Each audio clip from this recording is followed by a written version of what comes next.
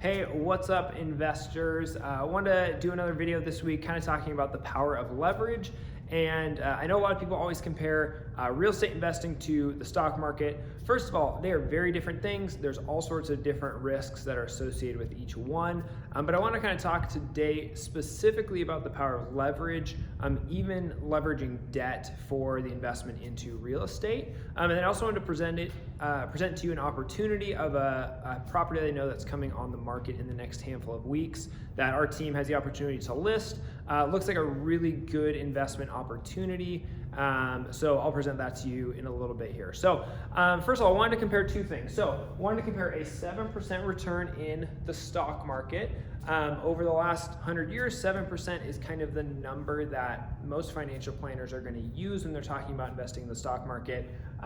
So doing a 7% return on a $20,000 initial investment, and then we're comparing that to purchasing a rental property at a 4.5% annual return for a $20,000 initial investment, while taking on $60,000 in debt and servicing that debt on a month-to-month basis. So 4%, 4.6% is the 100-year average for return on real estate. Obviously, these last couple years have been absolutely bananas. This last year we're up almost 30%. The year before was 22%, and we were 15 to 18% the year before, depending on the area. So we're blowing away that 4.5, but I'm gonna do 4.5 just for base numbers. In the same sense, the stock market has definitely done more than 7%. So these are historical averages. I think they're a good number to kind of look at to compare, but obviously it would be really specific to your market, your investments, what you're looking to do. But just for comparison's sake here. So stock market, a 7% return, $20,000 initial investment. You put money into pick a stock, pick a market, whatever. It goes up 7% a year. And you don't touch it, you don't add to it, you don't do anything. So year one, you have gained $1,400. Year two, you're getting another $1,500 almost, $1,498. I'm not gonna do the math after that, but you're up to 24.5, 26, 28.51. So after 5 years, you have made $8,051. So this is a 7% annual return. Obviously, monthly returns would be different. There's all sorts of different factors, but just for really base comparison's sake, $8,051, doing nothing, just letting your money sit there, not touching it. That's pretty good. So that's going to be a, 40% return on your initial investment without losing your investment, obviously. So if you're losing your initial investment money, that's a problem. But in this case, obviously keeping the initial investment and gaining 40% on it, that's really good for 5 years. So on the rental property, looking at just a 4.5% return, this is where that power of leverage kind of comes into play. $20,000 initial investment with $60,000 in debt. So in order to purchase a investment property, you need a 25% investment into the property. So a 75% loan to value loan. So you can leverage 3 times the amount that you are putting into a property. So if you're buying a $400,000 property, you need $100,000 to put into it. So looking at that same $20,000 investment, as $60,000 debt, you're buying an $80,000 house. Obviously, that is where one issue is going to come up if you're just trying to buy an $80,000 house yourself. Maybe you can get some land out in Tico, but other than that, you're not going to be buying an actual rental property for $80,000 in the Spokane market. So that's kind of the power of coming together with a couple people. If $20,000 is sort of your investment threshold, coming together with 4, 5, 6 people allows you to actually get a pretty legit purchase rather than trying to find an $80,000 teardown. So 4.5% return, your initial investment money, that is not, you don't have debt servicing costs on that. So that's gonna grow at 4.5%. Your debt that you have taken on, you're gonna be paying interest on it. So I am closing on a loan in about a week. I'm getting a 3.375 APR. So that is my cost for servicing that debt. So I have used 3.375 APR with a 4.5% return on the lent money as well. So I have two figures here. 20,000 becomes 20,900, 21,840, 22,823, 23,850, and then 24,923. So in 5 years, my $20,000 has become 20,420. Sorry, my $20,000 has become an additional 4,923. So that is that's a 20% return, 25% return, just shy of a 25% return. So 25 compared to 40 at this point, obviously the stock market is going to far outpace that. So that is on my initial investment money, the money I've put into it. On the debt that we are leveraging, let's take a look at that. 60,000. The next becomes 60,750. So you only made $750 on a 4.5% return because you're really only getting 1 1/8. So you're getting 1.125% gain on that money that you have being debt serviced.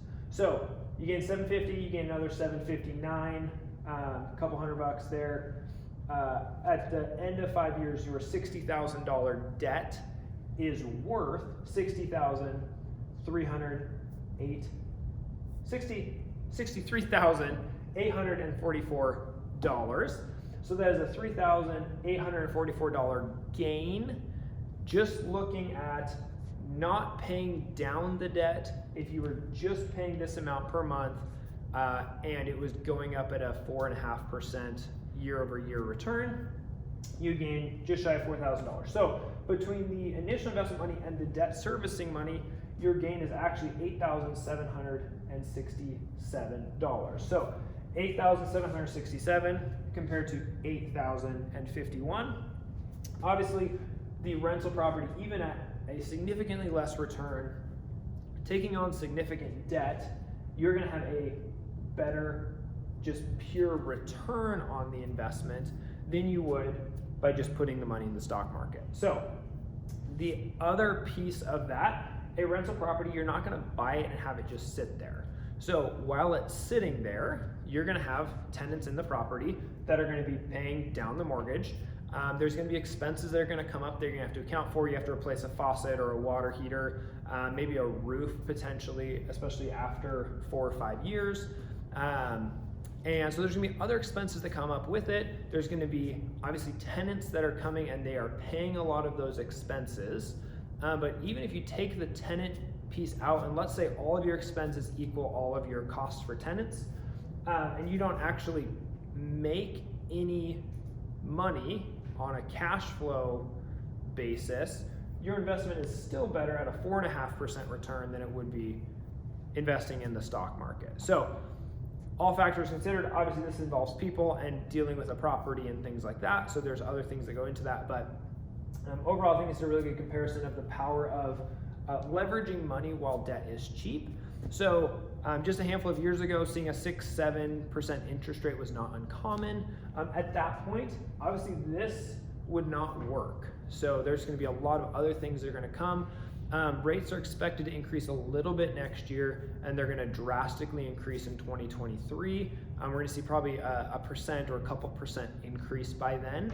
So at that point, leveraging a bunch of debt is you're gonna have a lot tighter numbers. Right now, debt is super cheap, and it's a really good time to put some money into rental properties, if nothing else, just for a long-term hold, because ultimately the market's going to continue growing. So I think this next year we're going to see, I'm anticipating about a 20% increase in prices, just based on what rates are likely going to do.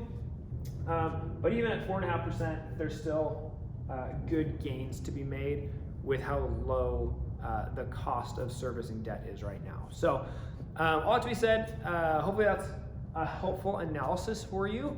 And now for the second part of this, an investment opportunity. So our team is going to be listing a duplex here. It's up on the top of the South Hill. I'm not going to give you the specific address or anything, but it's up on the top of the South Hill on 57th. It's a pretty main thoroughfare. It is 2 bedrooms and 1 bathroom on each side of the duplex, with a full unfinished basement on both sides. Both have a garage. It's in a nice area. Talking to our property managers here, they said somewhere between like $1,700 and $1,900 a month for each side is what rents should be bringing in. They're currently only charging $1,450 a side, just because they knew someone living in one side of it and they just wanted to match the other side. So currently it's not making a lot, but there's a lot of upside potential for the rents as well as for finishing the basement. So what I'm looking for in this is for 5 or 6 people who are interested in investing somewhere between like $20,000 and $25,000 into this project to kind of basically purchase it together. This would be a really good opportunity for someone to get in at a sort of an entry level investing. It would be a 4 to 5 year hold where the focus wouldn't necessarily be to just draw a bunch of cash every single month.